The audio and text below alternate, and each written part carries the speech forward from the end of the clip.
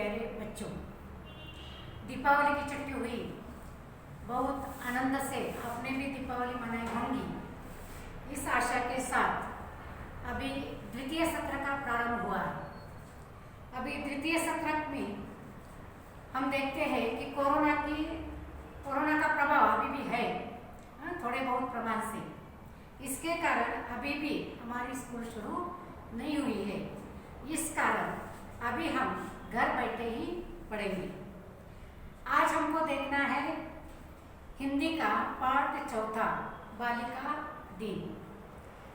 मेरे को आशा है कि आप ये जो वीडियो है पहले सुनेंगे और सुनते सुनते आप किताब भी खोलेंगे और किताब में देखकर एक पाठ सुनने का आप प्रयास जरूर करेंगे।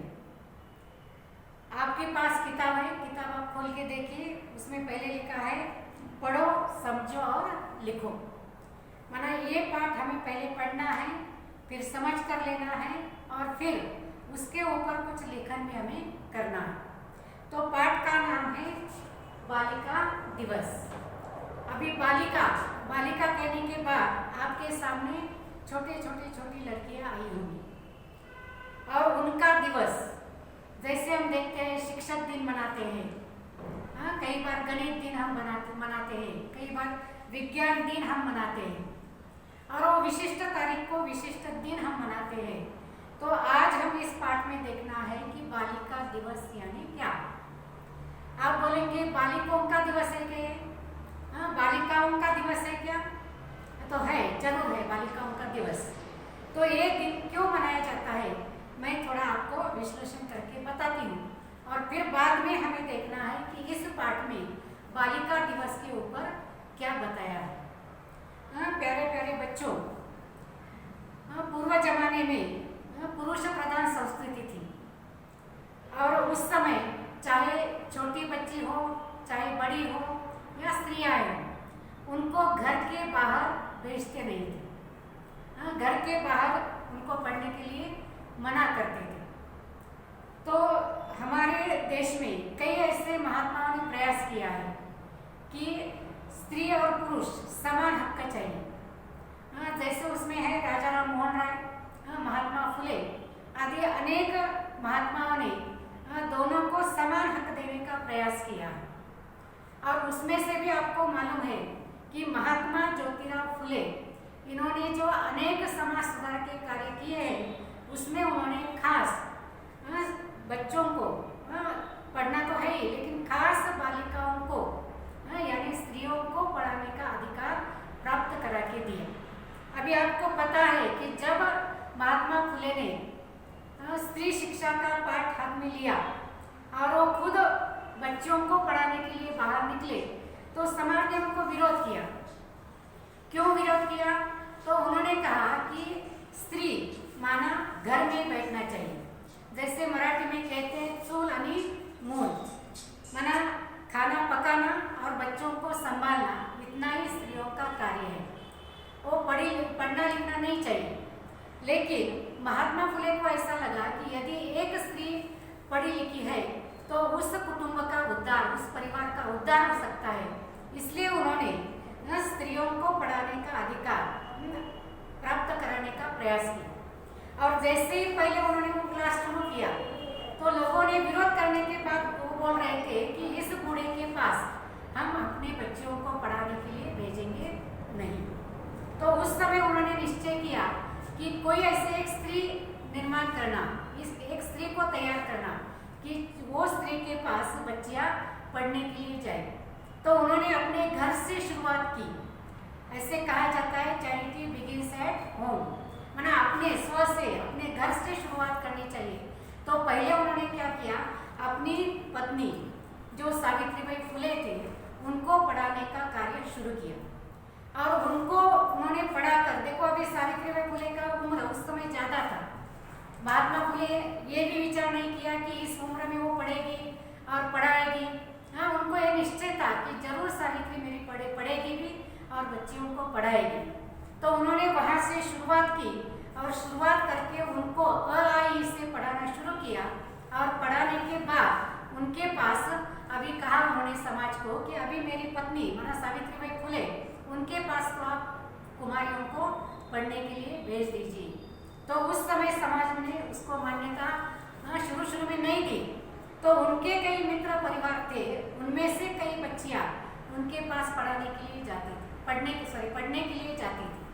और जैसे वो जाती थी तो सावित्रीबाई फुले, महात्मा फुले, ये दोनों मिलकर क्या करते थे, केवल उनको पढ़ाई नहीं पढ़ाते थे, तो कैसे रहना चाहिए, कैसे बोलना चाहिए, कैसे खाना चाहिए, ये सब कार्यों उनको सिखाते थे। इसलिए हमारे जो सावित्रीबाई फुले हैं उनको आद्य शिक्षिका कहा जाता है, आद्य मुख्याध्यापिका मुख्य अध्यापिका भी कहा जाता है, कि उन्होंने पहले शिक्षा की शुरुआत की।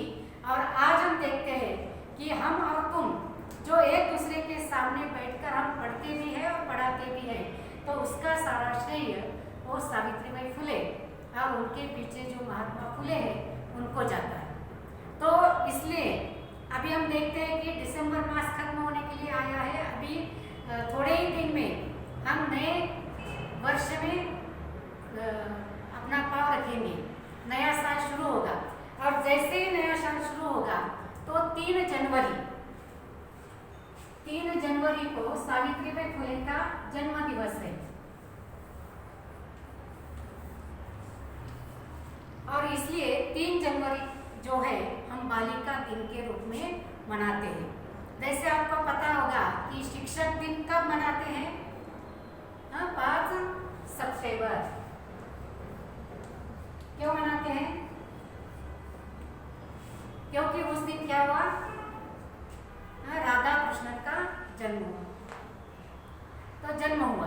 तो वैसे 3 जनवरी जो है वो सावित्रीबाई फुले का जन्मदिन होने के कारण 3 जनवरी को बालिका दिन के रूप में मनाया जाता है। और वही बालिका दिवस के रूप में हमें इस पाठ में पढ़ना है। अभी ये जो पाठ है, तुम्हारे जैसे छोटी बच्चियां जो है उन्होंने एक नाटिका के रूप में ये दिवस कैसे मनाना है ये आपको बताया। अभी हम देखेंगे इस पाठ में। मुझे आशा है कि आप ये पढ़ते पढ़ते आप किताब में भी देखेंगे, और जरूर आप सबके पास किताब होंगे, ये मैं आशा करती हूँ। और अपने पाठ की शुरुआत करती हूँ। पाठ चौथा है बालिका दिवस। अभी देखो यहाँ ब्रैकेट में दिया है, सब बच्चे दुर्वा के घर खेलने के लिए एकत्रित हुए हैं। वहाँ चाची जी और बड़े भैया भी हैं। दुर्वा नाम की आपके जैसे छोटी सी बच्ची है और उसके घर सब खेलने के लिए एकत्रित हुए हैं। और वहाँ उस घर में उसकी चाची माना दुर्वा की चाची जी और बड़े भैया भी हैं। तो एकांकिका के रूप में, नाटक के रूप में ये पाठ हमें देखना है। तो दुर्वा कहती है, सृष्टि आज तो बहुत बन ठन कर आई हूँ। देखो दुर्वा क्या कहती है, किसको कहती है, सृष्टि को कहती है कि सृष्टि आज तो तुम बहुत बन ठन कर आई हो। अभी देखो बन ठन कर आना, इसका अर्थ क्या है, सज धज कर आना। हम देखते हैं हम कब सज धजते हैं, जब हमारे घर में कोई समारंभ हो या कोई अच्छा समारोह हो या जन्मदिन हो, चाहे हमारे स्कूल में कोई ऐसा खास विशेष कार्यक्रम हो, तो उस दिन हम क्या करते हैं, रोज की रीति से अच्छी तरह से बन ठन कर जाते हैं। वैसे दुर्वा आज बन ठन कर, वो कहती है सृष्टि आज तुम बन ठन कर यानी सज धज कर क्यों आई हो। सृष्टि कहती है आज 3 जनवरी बालिका दिवस है ना, मैं क्यों सज धज कर आई हूँ, क्योंकि आज 3 जनवरी है और बालिका दिवस है। तो प्राची कहते हैं, अरे हाँ, कल बहन जी ने बताया था कि सावित्रीबाई फुले का जन्मदिन बालिका दिवस के रूप में मनाया जाता है ना। प्राची क्या कहते हैं, हाँ उसको याद आया कि ये आज बनकर क्यों आई है, क्योंकि आज 3 जनवरी है, बालिका दिवस है। तो उसको याद आया, वो कहते हैं कि कल मेरे को अपनी बहन ने कहा था कि सावित्रीबाई फुले का जन्मदिन बालिका दिवस के रूप में मनाया जाता है। चाची जी, सावित्रीबाई फुले भारत की प्रथम शिक्षिका मानी जाती है। अपने पति महात्मा ज्योतिबा फुले के साथ मिलकर उन्होंने लड़कियों के लिए पुणे में पहली पाठशाला शुरू की। देखो अभी चाची जी उन बच्चों को समझाती है कि सावित्रीबाई फुले हमारे भारत देश की प्रथम शिक्षिका है। माना उसके पहले हमारे भारत देश में चाहे बच्ची हो चाहे स्त्रियां हो, उनको सीखने के लिए या पढ़ने के लिए मना थी, लेकिन उन्होंने पढ़ लिया और वो भारत की प्रथम शिक्षिका बन गई। अपने पति महात्मा ज्योतिबा फुले के साथ मिलकर उन्होंने लड़कियों के लिए पुणे में पहली पाठशाला शुरू की थी। अभी बच्चों, आज भी आप पुणे में जाएंगे और पुणे में भिड़ेवाड़ा,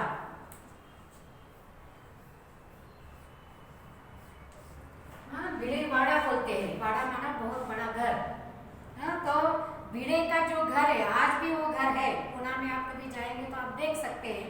तो वहाँ उन्होंने पुणे में पहली पाठशाला शुरू की। हाँ, उनके मित्र परिवार के 4-5 लड़कियां सिर्फ उनके पास आती थी। हाँ, लोग क्या करते थे, कभी कभी सावित्रीबाई फुले जाते समय उनके ऊपर गोबर फेंकते थे, टमाटर फेंकते थे, अंडा फेंकते थे, ताकि विरोध करते थे कि ये क्या बच्चों को पढ़ाती है। लेकिन कुछ भी हो जाए, हमको पढ़ना ही है और पढ़ाना भी है, ऐसा निश्चय करके सावित्रीबाई फुले ने 1847 को पुणे में पहली पाठशाला खोली, भिड़े इनके घर में। जीशान कहता है, आजकल तो लगभग सभी लड़कियां पाठशाला जाती हैं, पढ़ाई लिखाई और अन्य क्षेत्रों में खूब आगे है। देखो जीशान क्या कहता है, आज तो सभी लड़कियां, आज लड़कियां घर में बैठती है क्या? बिल्कुल नहीं।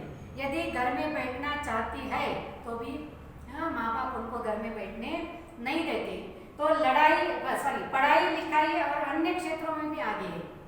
हाँ, केवल पढ़ाई नहीं, तो जो भी आज क्षेत्र है, हर क्षेत्र में भी आज स्त्रियां हमको दिखाई देती है। देखो मेरे प्यारे प्यारे बच्चों, पहले विमान चलाने का कार्य केवल पुरुष ही करते थे, महिलाएं नहीं करती थी। लेकिन आज हवाई जहाज जो है वो चलाने से हम देखते हैं, कोई भी छोटा हो चाहे बड़ा हो, हर क्षेत्र में हमें स्त्रियां दिखाई देती है। मंत्र कहता है, मंत्र और जीशान बच्चों के नाम है। तो मंत्र क्या कहता है?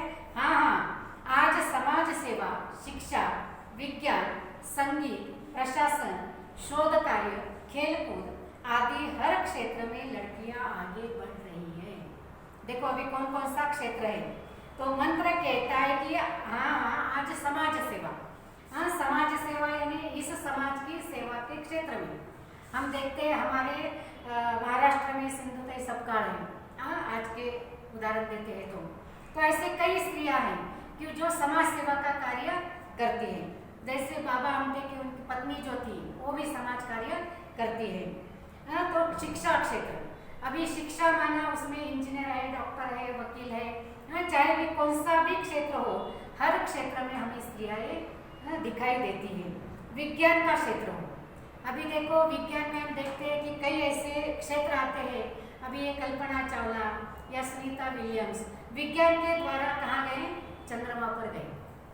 तो चंद्रमा पर जाने तक आज क्या किया है? स्त्रियां यानी लड़कियों ने पांव रखा है। और संगीत क्षेत्र, वैसे लता मंगेशकर है, और भी कई तबला वादक है, कई हारमोनियम वादक है, ऐसे कई लड़कियां जो है हर क्षेत्र में आज हमको दिखाई देती है।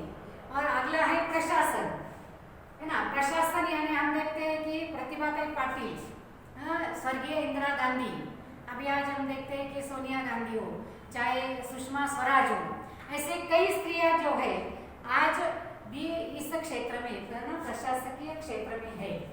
अभी हम देखते हैं हमारे स्कूल में भी कई ऐसी तुम्हारे मैडम जो है वो मुख्याध्यापिका बन के कोई निवृत्त हुई है। और आज भी हम देखते हैं कि हमारे प्रशासन यानी हमारे पाठशाला के मुख्य अध्यापिका सौ थोड़े मैडम है। शोध कार्य, अभी खोजने का कार्य, उस क्षेत्र में भी स्त्रियां कम नहीं है। जैसे कल्पना चावला हो, सुनीता विलियम्स हो, वो चंद्रमा के ऊपर गए। क्यों गए? क्योंकि चंद्रमा के ऊपर भी पानी है क्या? हमारे जैसे जमीन है क्या? या वहाँ भी कोई लोगों का रहने का स्थान कर सकते हैं क्या?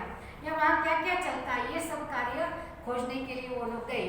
खेलकूद, जैसे आप देखते हैं कविता राउत, जो आप मराठी में आपको पाठ है, आप पढ़ा है, तो वो पाठ में आपको दिखाई देता है कि एक आदिवासी जगह में जन्म ली हुई वो बच्ची दौड़ने के कार्य में क्या होती है, खेल में आगे जाती है। वैसे सानिया मिर्जा, ऐसे बहुत सारी लड़कियां भी क्या है खेल कूद में आगे है। क्रिकेट जो हम सभी का एक बहुत ही प्यारा ऐसा खेल, उस खेल में भी कई महिलाएं हैं कि वो भी पुरुषों से भी अच्छा खेल खेल लेती है।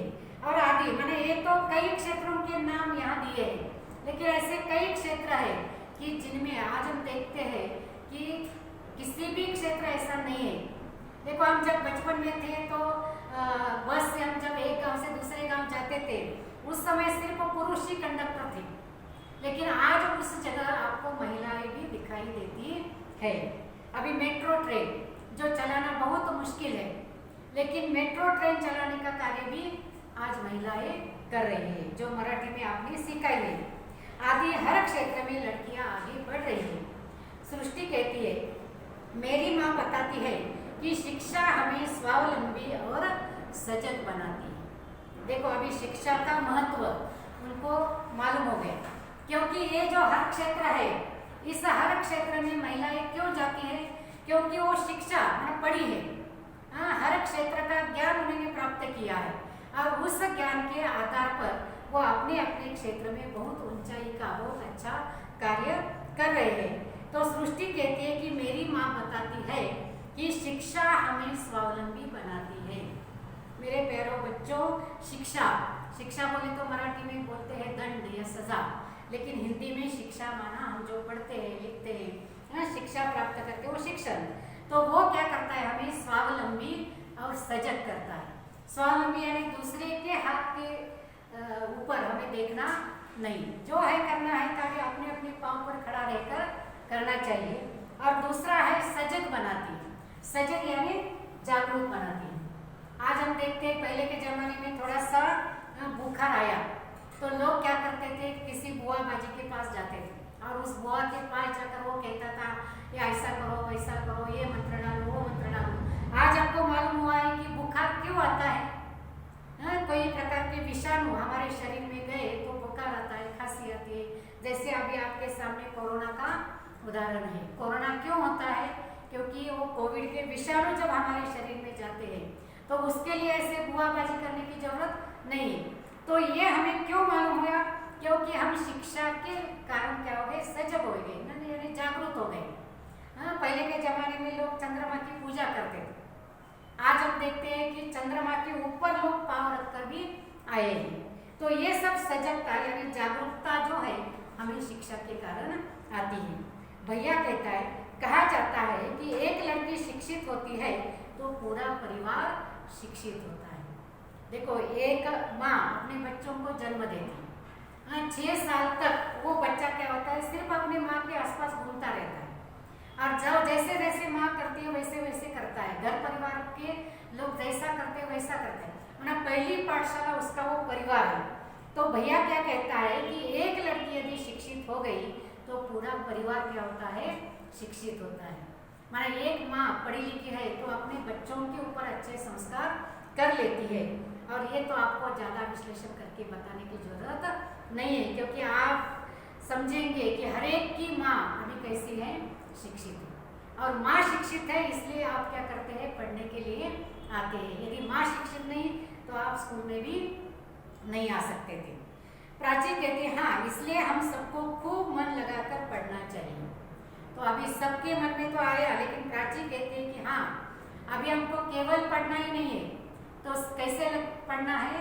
मन लगाकर पढ़ना है। अभी आप बोलेंगे मैडम हमको खूब पढ़ने की इच्छा है, लेकिन क्या करना? अभी क्या करना ये सवाल ही हमारे पास नहीं आना चाहिए। जैसी परिस्थिति है वैसे हमें पढ़ना ही चाहिए। ऐसे नहीं कि स्कूल बंद है, हम नहीं जा सकते स्कूल में। स्कूल बंद है तो भी ऑनलाइन पढ़ाई या वीडियो के द्वारा पढ़ाई हमारी और अच्छी तरह से खूब मन लगाकर हमें पढ़ना है। सभी बच्चे कहते हैं खूब पढ़ेंगे खूब बढ़ेंगे। अभी देखो बच्चों के समझ में आ गया कि हमें पढ़ना क्यों आवश्यक है, क्योंकि पढ़ने से क्या करते हैं हम? ऐसा कोई भी क्षेत्र हो उस क्षेत्र में हम अच्छी तरह से कार्य कर सकते हैं। पढ़ने से हम स्वावलंबी बनते हैं और पढ़ने के बाद हमारे में जागरूकता भी आ सकती है। तो सभी बच्चे एक ही आवाज में कहते हैं खूब पढ़ेंगे खूब बढ़ेंगे, क्योंकि पढ़ाई के सिवाय हम आगे भी नहीं जा सकते, पढ़ना ही जरूरी है। अभी आपको नीचे चित्र दिए हैं। एक चित्र में एक स्त्री है जो क्या करते हैं, कुछ प्रयोग कर रही है। अभी ये प्रयोग माना हम समझते हैं कि कोरोना के ऊपर लस बनाना है ना। ऐसे भी कई स्त्रियां इसके द्वारा भी कार्य कर रही है। दूसरा है दौड़ना, यानी खेल कूद में भी आगे जाना है। और तीसरा है संगीत। तो ऐसे कई प्रकार के क्षेत्र में हमें आगे ही आगे बढ़ना है। मेरी ऐसी आशा है कि आपको ये पाठ जरूर अच्छी तरह से समझ में आया होगा। तो प्यारे बच्चों, इसके ऊपर स्वाध्याय तो नहीं है, लेकिन आप क्या करना है, इसके ऊपर प्रश्न बनाना। आपको जितना बनाना है उतना बनाना।